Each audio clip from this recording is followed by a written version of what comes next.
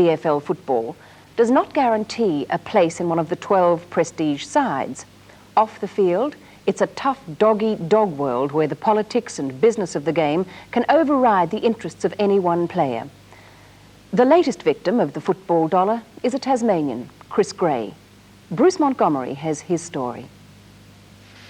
At 190 centimetres and 87 kilos, or 6 feet 3 and 13.5 stone, Chris Gray is a pretty healthy piece of meat for any sandwich. But that's exactly what he is. His football career should now be blossoming at Carlton, but because of some power play between Carlton and Sandy Bay, at 19, he's in danger of being a has-been. For they don't want him. They've put a price tag of $50,000 on his head. What signature on a registration form, signed when he was only 15. Among other things, Chris Gray's story raises the question of how far Tasmanian clubs should protect by VFL clubs. It also raises the question of whether Sandy Bay has been guided by a matter of principle or sheer bloody-mindedness. The son of an East Coast grazier, Chris is a natural footballer and has always had the perfect build for the game. He played his early football with Swansea and Hutchins. In 1979, he and another boy caught the eye of some talent scouts from Sandy Bay. It was when I was at Hutchins School at the boarding house. Holidays came up and a few of the fellas from Sandy Bay came up and saw us whether we'd like to go down and play underage football. And we said we would, so we went down there, and that's where it all sort of started from. We actually signed up, when playing with the Force under-17s, and that's my signature's been there ever since, and that's where they had me, really. Were you aware at the time that you were signing up for an indefinite period virtually with Sandy Bay? Oh, no, not really. We just thought we'd be signing up and be sort of registered with them, and then we could sort of pull out after that sort of thing. We wouldn't have any worries, but when you sort of get the chance to go to VFL or something like that, it's sort of got a hold on you for the rest of the time, and you don't know that when you're signing it. Were you under the impression at the time that you were only signing up for one season, or did you know that it was probably going to be for more than one season? No, we just thought it was usually just the season, like any other sort of club. It's just usually a registration, sign up for the season, and then get a clearance off them the following year if you want to come back home or something and play with your local club. And, that's what happened. So. Well, knowing what you know now, would you have signed? Oh, no. No, I don't think I would have worried about it at all, sort of thing. Why not? Oh, you would have signed up if you knew sort of what was going on, but what you know now sort of thing, you'd much rather, that you didn't put it to pen to paper, especially after what happened over in Victoria. Chris played only 3 games with Sandy Bay under-17s before leaving school and returning home to work on the property. He played football with Swansea again, was spotted by Barclay Cox of Launceston and put onto Carlton's draft list. It was last year, and then I went over earlier this year on a trip with them in January to Los Angeles, and that was for 10 days in Los Angeles and 2 days in Vegas. Then I came back home for 3 weeks to get all my gear and take my vehicle back over on the boat to start work. They found me a job and everything on a Hereford stud over there, and get straight into the training again. And then. But they thought so much of you, from what you say, that they took you to the United States, even though they'd never really seen you themselves and you'd never played with Carlton. No, they just sort of came over for an interview, things before the actual trip, and sort of said, would you like to come over for a trip and get to know all the players? And, I thought that was great. So I went along there, and had a really ball. Trained twice a day while you're over there, but it was great. Did you get to know the real names very well? Yeah, got to know them really well, so you could just go back and jump straight into their training list, and you didn't have to worry about, anything after that. So you went over to live in Melbourne and train with Carlton. What was your schedule like each day? Oh, it was pretty hectic. I was sort of working out at Romsey, and that was about an hour, 55 minutes drive. And I stayed at a place in Pascoe Vale in Melbourne, so I was sort of rising at 6:30 and be gone by 7 to be there at 8 sort of thing. Then I wasn't allowed to finish work until 4, so I'd have to rush back to training 4:45, 5 o'clock at Princes Park. And that was sort of, going 4 times a week sort of thing. Monday, Tuesday, Wednesday and Thursdays.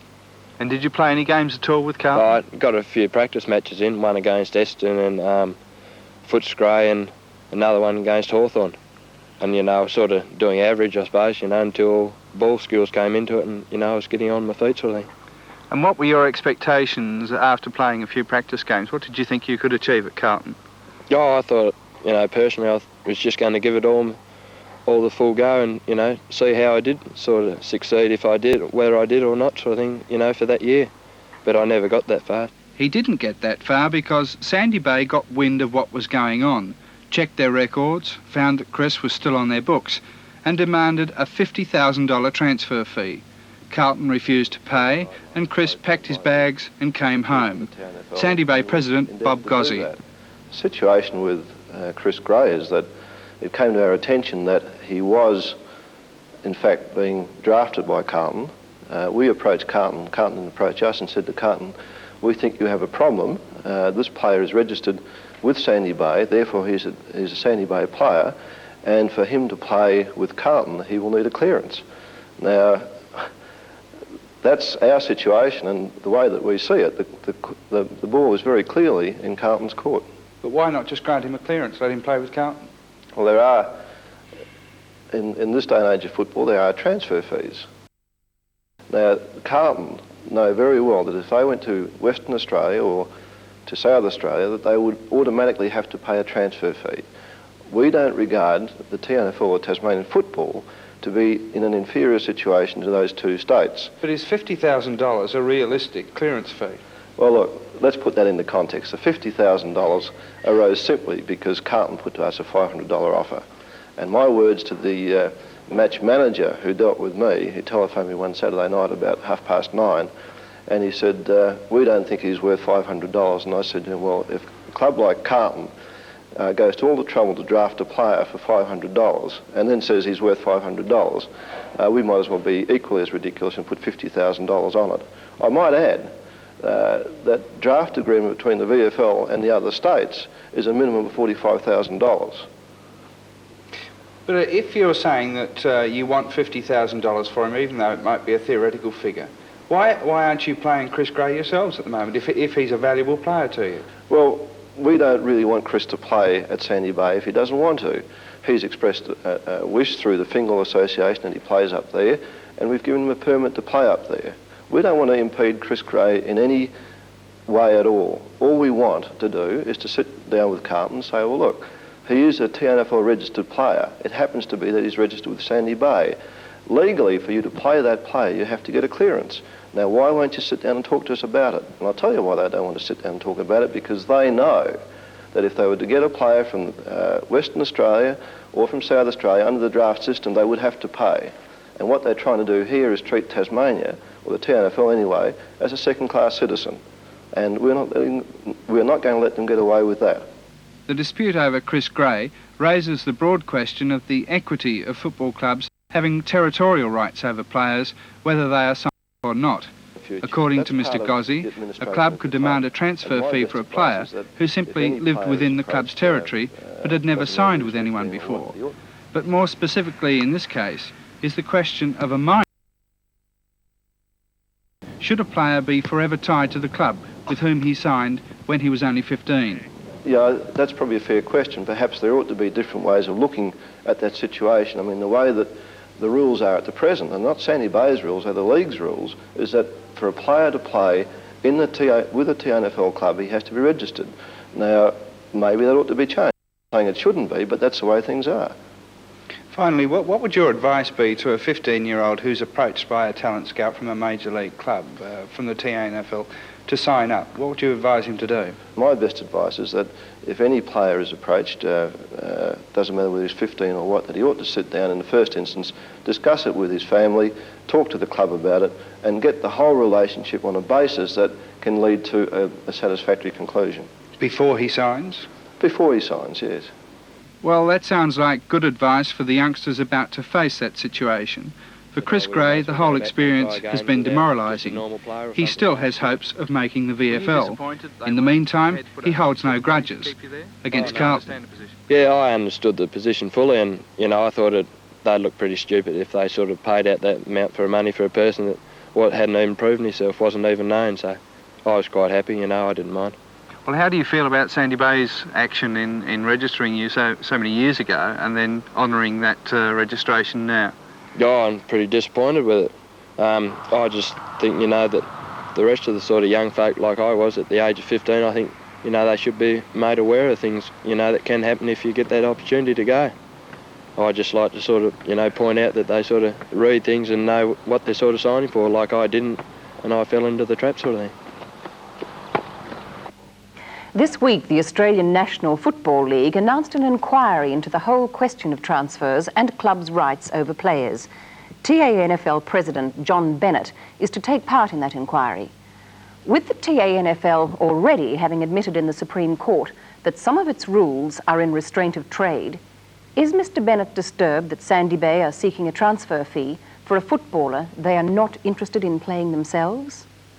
Disturbs me in one way and it doesn't in another, because they're not playing any different tack than any other club throughout Australia, including Carlton. I mean, you can't really sensibly imagine Carlton letting one of their players go to Geelong without a transfer fee.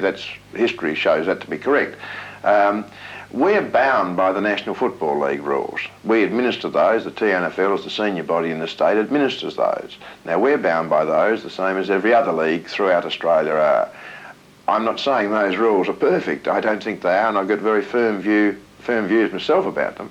I just can't see for the life of me how you can possibly hope to bind contractually a 15-year-old infant to a contract.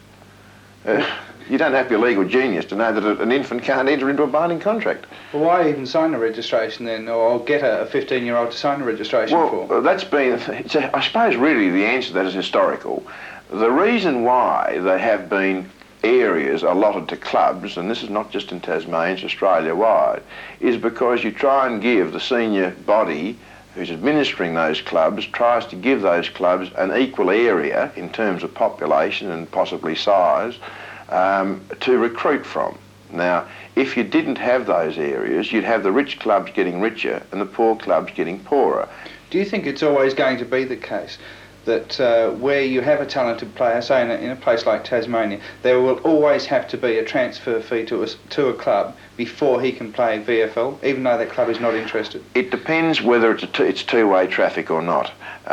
Look, you know and I know the number of Tasmanian players, for example, have gone to Victoria. The same thing that's happened with South Australia and Western Australia. Victoria is the mecca of football, and I can't see how in all conscience one can stand in the way of a player who's got the talent, who wants to play the best football. Now, that's just common sense.